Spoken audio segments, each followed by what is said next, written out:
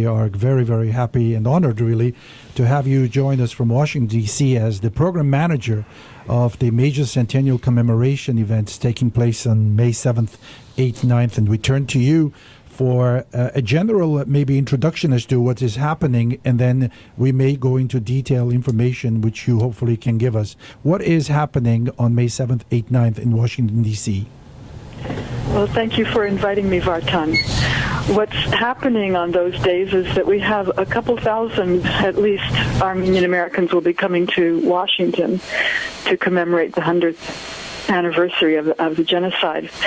And we have 4 major events planned, and then a number of other smaller, like hour-long events, lectures, workshops, all kinds of things that will be going on at the same time.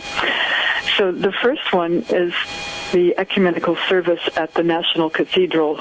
The National Cathedral is the one where the presidents have their funerals and all kinds of things take place. It's really almost called the National Church up on a hill behind Georgetown, beautiful place.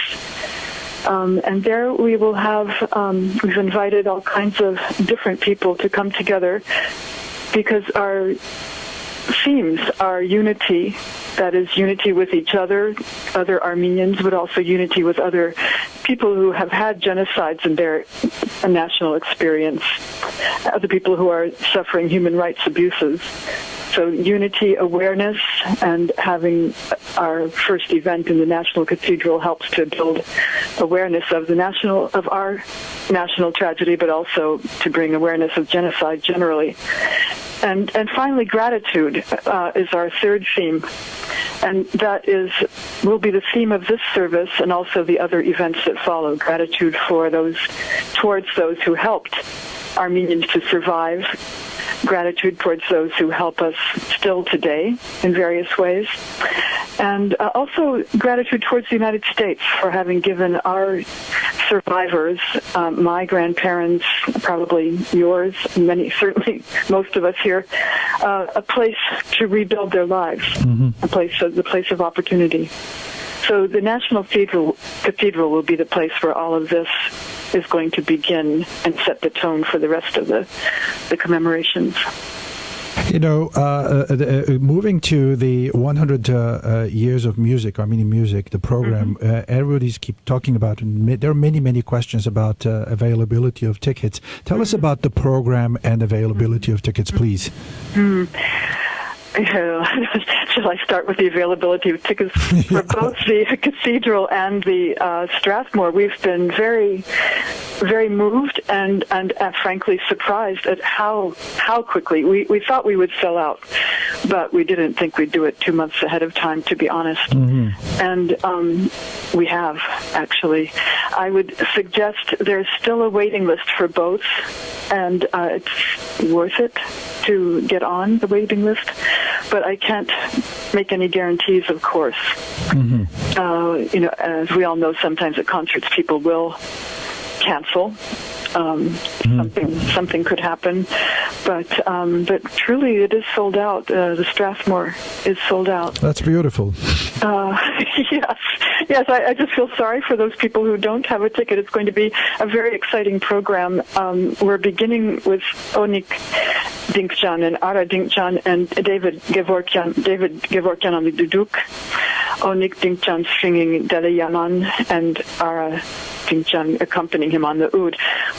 It's 100 years, a journey through time, and we thought we should start with what Gomidas might have heard when he was wandering, the countryside, listening to people singing folk songs.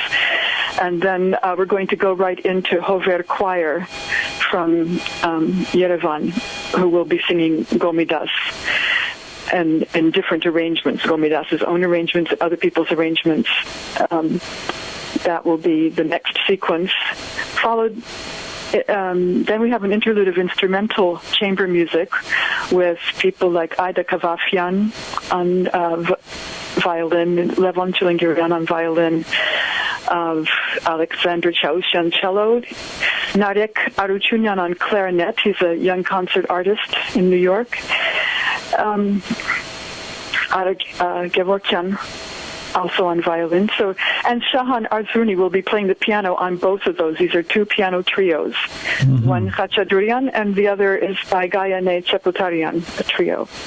And the first half will then end with Isabel Bayraktarian singing more different Gomidas songs, accompanied by her husband Seroj Karajan on the piano, and the quartet of Ida, Levon, Alexander, and Ara Kevorkian on strings.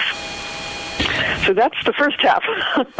And then after a short intermission, we'll go to the Armenian National Philharmonic, which will give us some of the classics, but also a new piece by Digran Mansuryan, our greatest living composer, who's written a requiem for this centennial. We'll only hear two of the movements of that requiem, and those will be the orchestra with Hover Choir singing. Susan, let me just interject here. The Armenian National Philharmonic Orchestra has quite a few people. I think it should be echoed. How many people do they have there? Yeah, 90. 90 people coming from Armenia besides the Hover group. It's a lot of people. It's a lot of people. So that's a major undertaking. They're filling up the whole stage. It will be a big sound because everybody wanted to end with the old favorites, Khachadurian. And so we will do that. I think that's appropriate. Before that, we'll have Alan Hovanes sing Vartan's symphony, and also Hasmig Babjan will be singing with the Philharmonic, Babajanyan vocalise, and Ganachan Oror. That's a very, very ambitious program, honestly, and I'm sure we are all proud to hear that there is such a major undertaking in Washington, D.C., and is being done in such professionally. Before I move let me finish with Saturday. Tell us what's happening on Saturday. On Saturday in the morning, there will be a Badarak led by, I should have mentioned at the cathedral also, the two Catholicoi will be there. Karakin II and Aram I will be at actually all of the events, but they'll be leading the cathedral, and then they will also lead the Badarak, the Divine Liturgy, on Saturday morning at the National Shrine of the Immaculate Conception. That's the Catholic Cathedral in Washington. Then in the evening, there will be the reception and banquet. And at the banquet, our program will be to give awards to people and institutions who have helped Armenians in the past, and as I said, also coming up to the present. We'll be announcing those awards very soon. I can't say right this minute who they are, but we will be announcing that very soon. Susan, you are so calm in delivering your information, and I just wanted to ask you, what are the challenges? What is it we don't see? What is it we don't know? A few minutes ago, Horan spoke about his committee working here at a high altitude, trying to facilitate. But what are the challenges in putting such an ambitious program together? Yes, Horan has been working extremely hard, and he's got lots of challenges too, and doing a fantastic job. We here are doing, what are the challenges? Well, this is a job by committee. This is a events by committee, and as we all know, any kind of committee work has specific challenges. That's trying to work together. And I think one of my main jobs, really, I was hired to do team building, to keep everybody moving along the same track, and that's what a program manager does, and that is the challenge. But the great part about it is, indeed, at every level, people are working very hard. How many people do you have working in the various subcommittees? And that's it. There are various, and they all have their own specific jobs, and they're amazing. At ground level, we have a good 50 or 60 people working here in Washington. We have 8 subcommittees, each of which has a wonderful chair, man or woman, doing, really, I work with them, of course, but they are really doing the work. And so we work together on those things. They're great. Susan, the chairman of the entire committee is a gentleman by the name of Dr. Nubar Afeyan. Tell us something about this gentleman. Well, yes, Nubar Afeyan, you will have heard of recently with the 100 Lives launch. I think he's, I don't know, I don't think he sleeps, frankly. Do you sleep? Do I sleep? No, I don't either. But he's an incredibly not only busy but able and person who does a very, very an excellent job keeping everything moving along, and in a very diplomatic way, I should say. Sometimes I am not that calm, and he's able to sort of, just take it easy. Let's take another look at this, and indeed, and we do, and things get better. So I have nothing but admiration, really. It's been very nice working with him, with the whole steering committee, and with all of these people. Many people would like to know who is Susan Pattie. What other areas were you involved with that prepared you for this responsible position? Yeah, good question. I'm actually an anthropologist by trade, and I sort of backed into event planning by listening to the people I was talking to who were asking for different kinds of events. I studied Armenians, and they would say things to me like, I feel Armenian until I go to one of those, lectures, or until I go to one of those contesses. And I started to listen to that and think, well, why? What's the matter? So I tried to with some friends, in fact, with one of the people who's here in Washington is one of their volunteers, Pamela Young. We and other friends created the Armenian Institute in London, which became a events-based group. It mixed media. We always tried to mix, say, scholarship with the arts and make it all much more accessible to a broader public. And also, in our minds, doing it in interesting and innovative ways. So Pamela heard that they needed somebody here. She suggested that they ask me. Beautiful. Is there anything you would like to add in closing, which we did not cover, and which might be of interest to our listeners?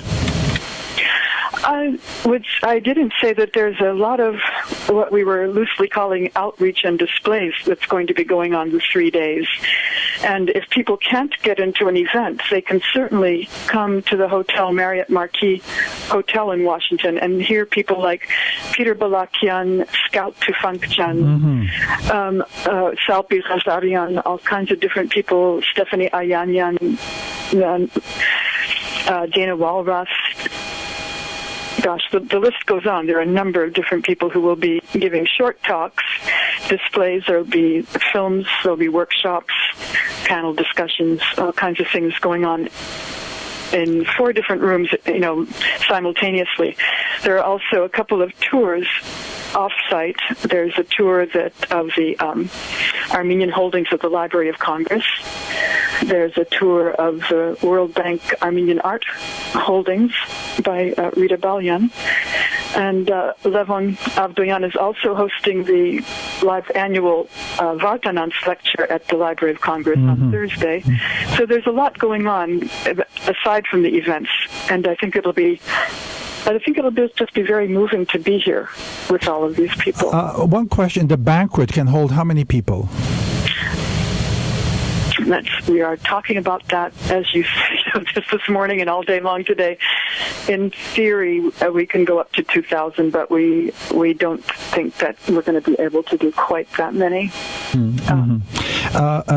Susan, just one last question. From the Marriott Marquis, how accessible, how far or close are the other venues in the National Cathedral or the Music Hall at Strathmore? I'm glad you asked that, because what we decided was to hire buses to take our guests from the Marriott to they're accessible, but it's easier just to get on a bus and go. Very good. So there will be buses over there too. There will be buses to take people, yeah. Susan, Pattie, thank you very much. And let me just say to over the air, anytime you can connect with us and you feel there is information to be disseminated, we'd love to hear from you. Oh, thank you. We'd like to wish you all the best in all this major undertaking and other future undertakings. So congratulations and good luck. Thank you, Vartan. Thank you for inviting me. Be good. Bye-bye. You're listening to the Armenian Radio Hour of New Jersey on 89.5 FM, the radio station of Seton Hall University. We just spoke to Susan Pattie.